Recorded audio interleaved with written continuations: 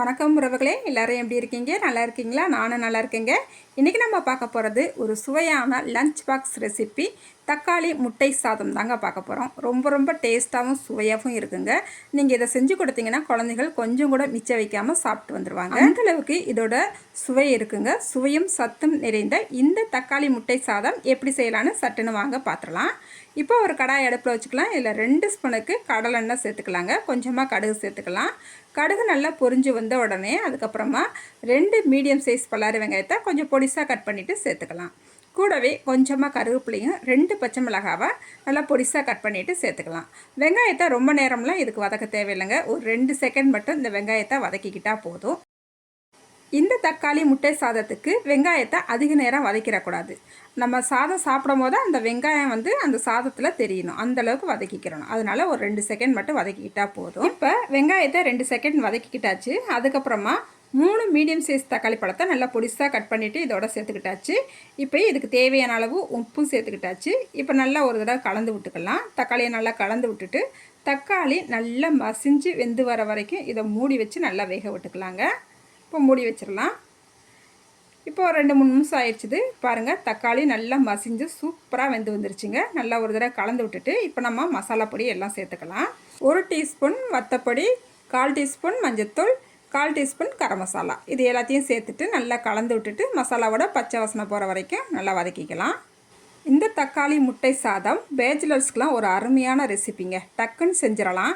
காலையில் நீங்கள் பிரேக்ஃபாஸ்ட்டுக்கு ஏதாவது ஒரு தோசை ஏதாவது செஞ்சுக்கிட்டு குழம்பு எதுவுமே வைக்க தேவையில்லை. இந்த மாதிரி தக்காளி முட்டை சாதம் பண்ணி எடுத்துகிட்டு போனீங்கன்னா ரொம்ப சுவையாகவும் ரொம்ப டேஸ்ட்டாகவும் இருக்குங்க.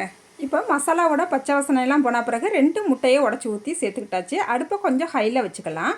ஹையில் வச்சுட்டு நல்லா கலந்து விடலாங்க. இப்போ இது கூடவேவும் ஒரு ஸ்பூனுக்கு மட்டும் எண்ணெய் சேர்த்துக்கலாம். எண்ணெய் ஏன் சேர்க்குறோம்னா கொஞ்சம் நம்மளுக்கு இந்த முட்டை அடியில் நம்மளுக்கு ஒட்டாமல் வரும். அதனால தான் எண்ணெய் சேர்த்துருக்குறோம். ஒரு ஸ்பூனுக்கு சேர்த்துட்டு அடுப்பை ஹையில் வச்சு நல்லா கலந்து விட்டுக்கலாம். நம்மளுக்கு முட்டை ஒட்டாமல் வரும். அதே போல் முட்டையும் நம்மளுக்கு பெருசாக வரக்கூடாது, கொஞ்சம் பொடிசாக நம்மளுக்கு வரணும். பொடி மாஸ்க்கு எப்படி பண்ணுவோம் அது போல் நம்மளுக்கு கொஞ்சம் பொடிசாக வரணும். அதனால் நல்லா கலந்து விட்டுக்கலாம். முட்டை நல்லா வெந்தா பிறகு அடுப்பை அதுக்கப்புறமா சிம்மில் வச்சுக்கிட்டு நல்லா கலந்து விட்டுக்கலாம். இப்போ நம்மளுக்கு முட்டை ஓரளவுக்கு வெந்து வந்துருச்சு. இப்போ நம்ம அடுப்பை சிம்மில் வச்சுக்கலாம். அதுக்கப்புறமா நம்ம கலந்து விட்டுக்கலாம்.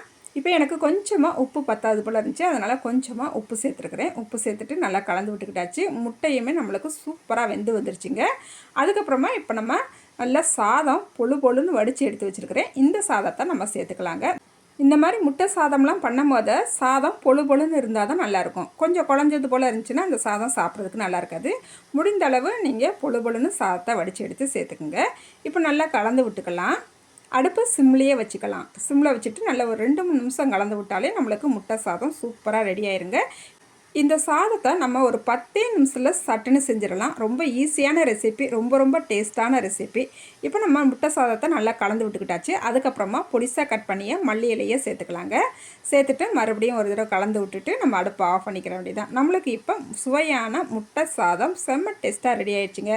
இந்த மாதிரி நீங்கள் நம்ம வீட்டு குழந்தைகளுக்கு இந்த சுவையான தக்காளி முட்டை சாதம் செஞ்சு கொடுத்தீங்கன்னா குழந்தைகள் கொஞ்சம் கூட மிச்சம் வைக்க மாட்டாங்க.